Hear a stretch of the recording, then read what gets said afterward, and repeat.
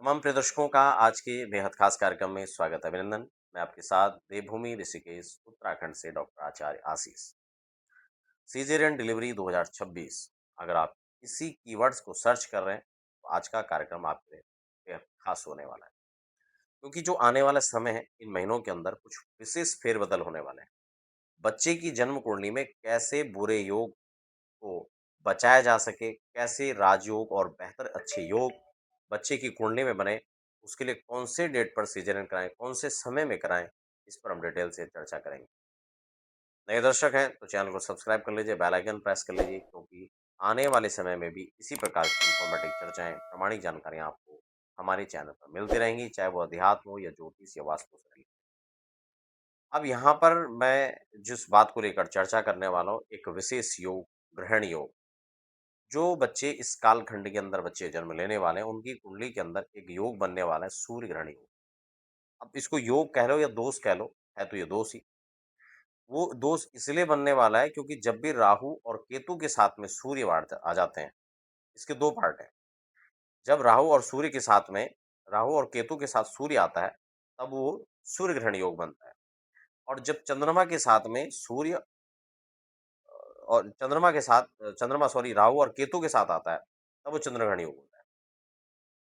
अभी क्या है, सिंहस्थ सूर्य है और सिंह राशि पर ऑलरेडी आपके केतु चल रहा है। तो अभी केतु के साथ सूर्य ग्रहण योग जो है, ये घटित होगा। तो जो बच्चे इस कालखंड में जन्म लेंगे, जब तक सिंहस्थ सूर्य है, तब तक उन बच्चों की कुंडली में जन्म में जो है, ये दुर्योग पड़ने वाला है। और एक अच्छी स्थिति ये भी है, वैसे सदैव से ऐसा रहता है, एक सिक्के के 2 पहलू। और उच्च के बृहस्पति भी पढ़ने वाले हैं, इसलिए 2 चीज़ एक साथ घटित होगी। अगर आप इसको सही तरीके से डिज़ाइन करेंगे, तो बच्चे की जन्म कुंडली के अंदर राजयोग भी बन सकता है, अगर एक सही लगन को निर्धारित करके बच्चे का जन्म हुआ। और हो सकता है कि लगन में ही यह दुर्योग, जो जिसे मैं ग्रहण योग कह रहा हूँ, हो सकता है यह योग उनकी कुंडली में घटित हो जाए। तो ऐसी स्थिति में होता क्या है कि हमें एक ऐसे तिथि का चयन करना होता है, जिस समय खासकर चंद्रमा की स्थिति बेहतर हो, क्योंकि सूर्य तो ऑलरेडी अभी डाउन चल रहा है। इसका नियम भी यही है और मैंने पिछले वीडियो में आपको ये जानकारी दी थी कि यह कैसे काम करता है। जो हम मुहूर्त निकाल रहे हैं, वो कैसे निकालें? नहीं तो आजकल ये भी प्रचलन है कि हाँ जी, अभिजीत मुहूर्त चल रहा है, आप ऑपरेशन करा लो। गुलिक काल चल रहा है, करवा लो, और राहु काल चल रहा है, इसमें मत कराना। मतलब सारा ज्योतिष राहु काल पे सिमट दिया, जबकि ऐसा तो बिल्कुल भी नहीं है। इसका तो प्रॉपर जो है लगन से स्टार्ट होता है, चंद्रमा से स्टार्ट होता है, सूर्य से ज्योतिष शुरू होती है। तो सूर्य चंद्र पर आपने विचार नहीं किया, आपने राहु राहु काल पर विचार किया है। तो इसलिए सूर्य और चंद्रमा, अब सूर्य ऑलरेडी खराब है, तो केतु के साथ ग्रहण योग बन रहा है। तो इसलिए चंद्र पर फोकस हो, क्योंकि चंद्रमा 2 दिन के अंदर बदल भी जाता है, 2 सवा 2 ढाई दिन में। इसलिए 2 से ढाई दिन में आप परिवर्तन के लिए विचार कर सकते हैं। और उसके बाद 2 घंटे का लगभग लगन होता है, और लगन बदलते ही सारी ग्रह स्थितियाँ बदल जाती हैं।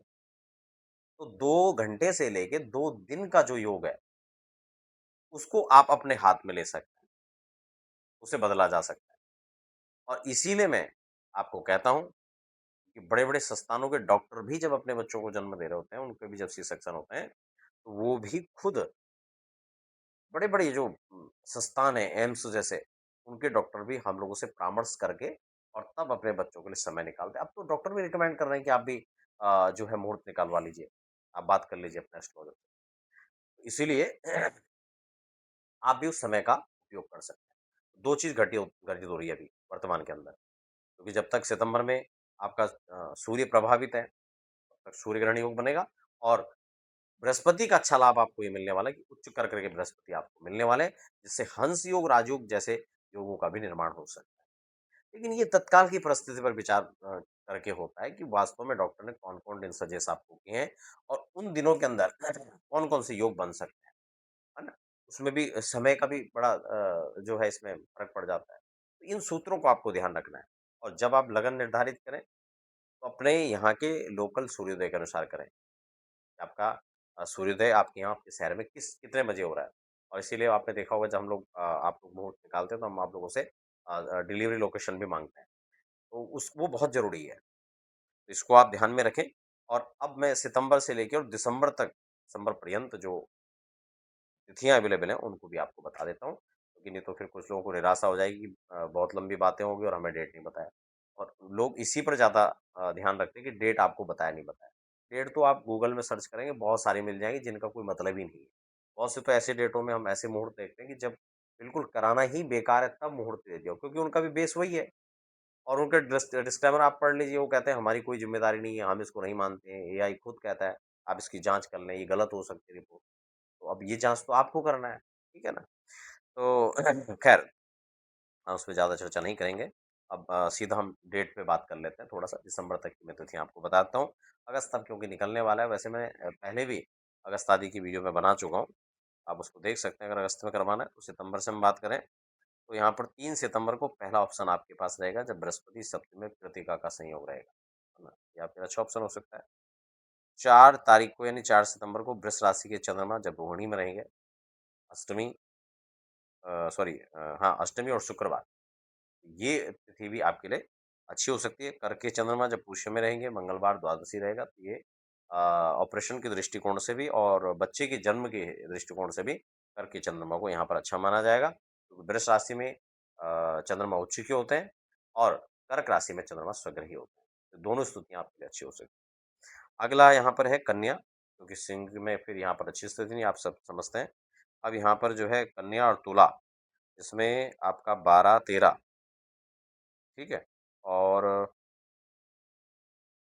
15, ये सिर्फ़ मैं चंद्रमा के हिसाब से आपको बता रहा हूँ, ठीक है? आप इसको कर सकते हैं। और उसके बाद धनु में जब चंद्रमा का संयोग है आपका 20 और मकर में 22, 20 और 22, आप ये भी ऑप्शन में ले सकते हैं। उसके बाद आपका सीधा अक्टूबर में चले जाते हैं, क्योंकि फिर मीन आदि के आ जाएँगे, तो यहाँ पर आपका विषदोष आदि बनेगा, तो ये तिथि ठीक नहीं रहेगी। अक्टूबर में आपका 1 और 2 अक्टूबर, फिर आपका 5 अक्टूबर, फिर 12 अक्टूबर, फिर आपका 19, 20 और 29। फिर अगर हम नवंबर में जाएँगे तो 1 नवंबर, 4 नवंबर, 6 नवंबर, ये सिर्फ़ चंद्रमा के हिसाब से बता रहा हूँ, इसको मैं फिर से आपको एक बार बता देता हूँ, है ना? और उसके बाद 14 और 16, आपका 23, 24, ठीक है ना? ये ठीक रहेगा। और 27 और 29, फिर दिसंबर में चले जाते हैं, जिसमें 1, 3, 4 और 5 दिसंबर। और फिर आगे बढ़ें तो 11 दिसंबर, इसमें धनु के चंद्रमा और फिर 12 में मीन के चंद्रमा रहेंगे। और आगे बढ़ेंगे तो 21 तारीख, इसमें वृष के चंद्रमा हो जाएँगे, इसमें भरणी नक्षत्र रहेगा। इसमें आप अ, विशेष प्रस्तुति तो ले सकते हैं, तो अवॉइड भी कर सकते हैं। 22 और 23 दिसंबर और 25, 26, 29, 30, ये दिसंबर तक का आपके पास एक उपयुक्त समय है।